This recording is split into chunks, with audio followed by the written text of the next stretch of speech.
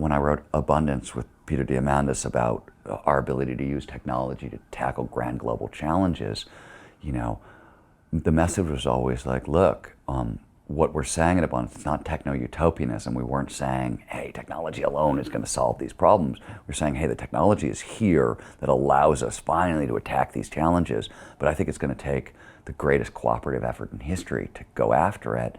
And I don't think it just means everybody cooperating together. I think it means everybody at their very best cooperating together. And I sort of think when it comes to like the ideas in abundance and solving some of the challenges we're up against, it's sort of abundance or bust, right? We're either going to solve the biodiversity crisis, solve climate change, or we're done as a species, as far as I can tell.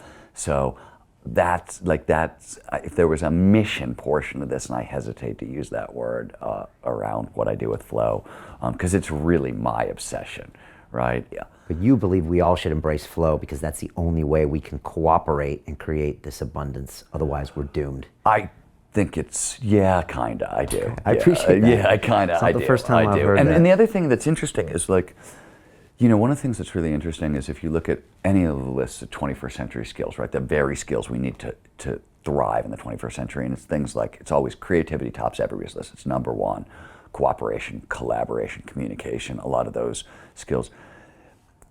And if you look at studies, we're really terrible at training people to be more creative or more cooperative. And the reason is we keep trying to train up sets of skills, and we need to be training up states of consciousness. That's how the brain is designed to do this, right? If you want to be at your creative best, you need to shift your consciousness. That's what happens, and from a neurobiological level, right? That's how the biology works. But no one's doing that. We are starting to do it, right? And plus, our whole structure in society is set up for non-collaboration, right?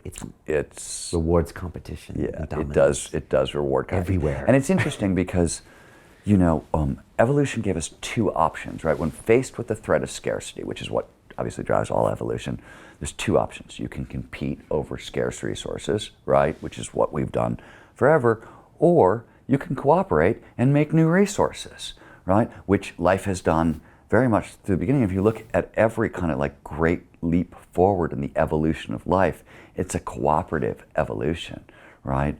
When we went from single-cell organisms to multi-cell organisms, it's essentially a bunch of like the mitochondria, right, that we took into our cells. This is cooperation. Like that's what's going on, and you see it over and over and again in evolution.